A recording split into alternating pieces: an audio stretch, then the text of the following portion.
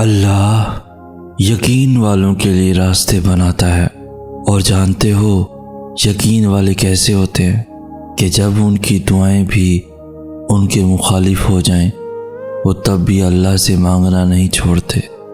ایسا یقین کہ جب ان کی ساری دنیا ان کی آنکھوں کے سامنے بکھرتی ہوئی دکھائی دے رہی ہوتی ہے اور وہ تب بھی آسمان کی جانب دیکھ کر کہتے ہیں ہمیں پتہ ہے تو ہمیں تھام لے گا۔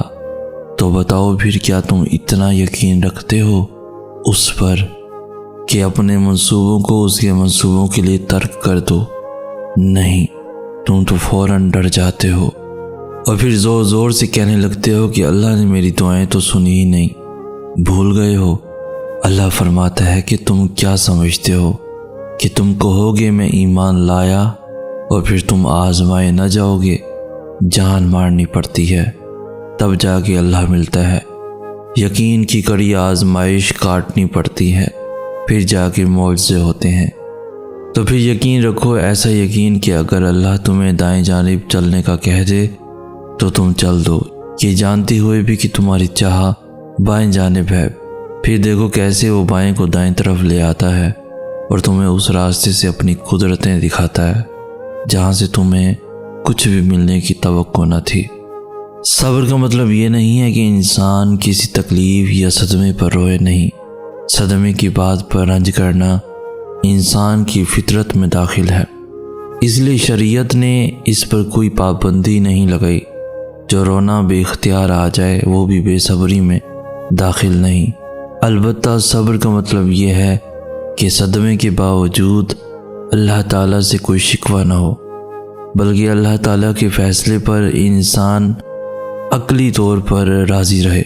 اس کی مثال ایسی ہے جیسے کوئی ڈاکٹر آپریشن کرے تو انسان کو تکلیف تو ہوتی ہے اور بعض اوقات اس تکلیف کی وجہ سے انسان بے سختہ چلا بھی اٹھتا ہے، لیکن اسے ڈاکٹر سے شکایت نہیں ہوتی کیونکہ اسے یقین ہے کہ جو کچھ کر رہا ہے اس کی ہمدردی میں اور اس کی مصلحت کی خاطر کر رہا ہے۔ معجزے کیا ہوتے ہیں؟ جو ناممکن کو ممکن بنا دیتے ہیں وہ ہوتے ہیں معجزے۔ کب ہوتے ہیں؟ جب ہر امید ختم ہونے کے باوجود بھی انسان اپنے رب کی قدرت پر یقین رکھتا ہے، تب ہوتے ہیں معجزے۔ کن کے لیے ہوتے ہیں معجزے؟ تمہارے لیے ہوتے ہیں معجزے، ہم سب کے لیے ہوتے ہیں معجزے۔ معاملات جتنے بھی خراب ہو چکے ہوں، مشکلیں جتنی بھی بڑی نظر آ رہی ہیں، آپ کے رب کی قدرت سے باہر نہیں ہے کچھ بھی۔ جب پیاس کی شدت عروج پر تھی تب ہی زمزم کا معجزہ ہوا تھا۔ تکلیف کا بڑھنا اس بات کی دلیل ہے کہ آسانی اور سکون بہت قریب ہے۔ دعا نہ مانگنا چھوڑو، یقین نہ چھوڑو، معجزے ہوتے ہیں، معجزے ہوتے رہیں گے۔ سنو، وہ تمہیں بے حساب دینے کے لیے آزما رہا ہے۔ وہ تم سے اتنی محبت کرتا ہے کہ اگر تمہیں اس کی مقدار معلوم ہو جائے تو تمہارا جور علیحدہ ہو جائے۔ اس احساس محبت سے بس تم ایک کام کر لو کہ راضی ہو جاؤ اس کے فیصلوں پر، اس کی مصلحتوں پر، جھک جاؤ اس کی رضا کے آگے، کیونکہ جو نہ جھک سکا وہ پا نہ سکا۔ اللہ پاک سے محبت کیسے ہوتی ہے؟ مختصر یہی کہوں گا کہ ہم اس رب کی نافرمانی کرتے ہیں، اس سے نا امید ہو جاتے ہیں اور سوچتے ہیں کہ اللہ سے محبت ہو جائے۔ ایسا نہیں ہوتا۔ محبت کے دو ہی قرینے ہوتے ہیں۔ ادب پہلا قرینہ ہے محبت کے قرینوں میں، اور جانتے ہو ادب کسے کہتے ہیں؟ کہ جس سے محبت کی جائے اس کی ہر بات کا احترام کیا جائے، اس کا ہر حکم بجا لایا جائے۔ وفا دوسرا قرینہ ہے محبت کے قرینوں میں، کہ جس سے محبت کی جائے اس کے ساتھ کسی کو شریک نہ ٹھہرایا جائے، کیونکہ جہاں ادب ہوتا ہے وہاں نافرمانی جنم نہیں لیتی، اور جہاں وفا آ جائے وہاں محبوب کے سوا کسی کی طلب نہیں رہتی۔ ادب کرنا سیکھ لو تو سمجھو رب سے محبت ہو گئی، اور وفا کرنا سیکھ لو تو سمجھو رب مل گیا۔ پتہ ہے اللہ کب تمہیں بے سکون کر دیتا ہے؟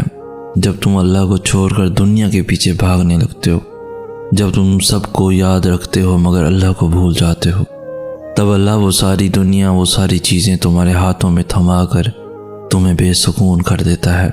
پھر ہر شے حاصل کر کے بھی تم خوش نہیں ہوتے۔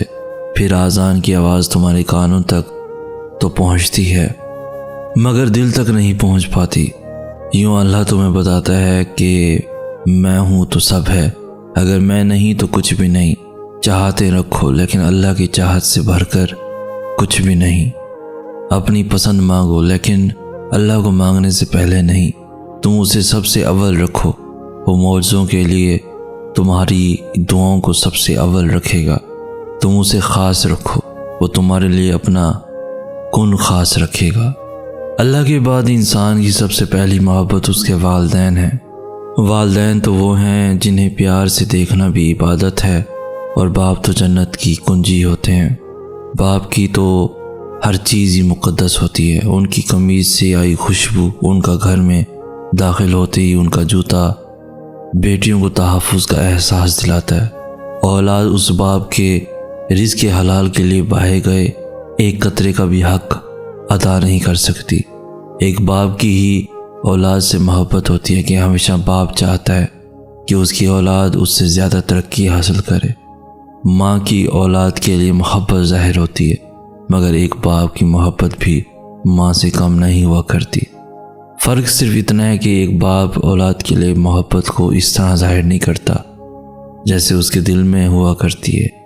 اسی لیے تو میاں بخش کہتے ہیں، باپ سراندِ تاج محمد۔ آنسو بہت خاص ہوتے ہیں۔ ہم اکثر مسکرا تو کسی بھی بات پر دیتے ہیں مگر آنسو بڑے سنبھال کر رکھتے ہیں۔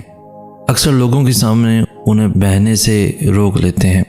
ہر شخص کو ہم اپنے آنسو نہیں دکھاتے کیونکہ وہ اتنا خاص نہیں ہوتا، مگر یہ آنسو ہم اپنے رب کے سامنے نہ تو روکتے ہیں نہ روک سکتے ہیں۔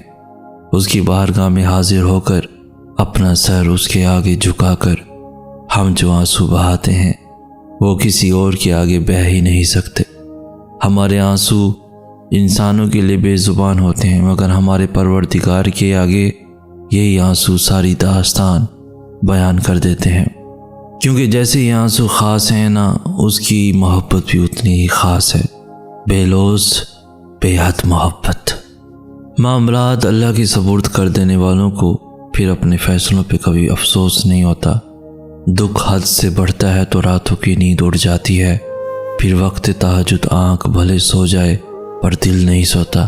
کوئی تو بات ہے جو بس پردہ ہوئی ہے، ورنہ بلا وجہ تو کوئی بھی شخص سجدے میں گر کر زار زار نہیں روتا۔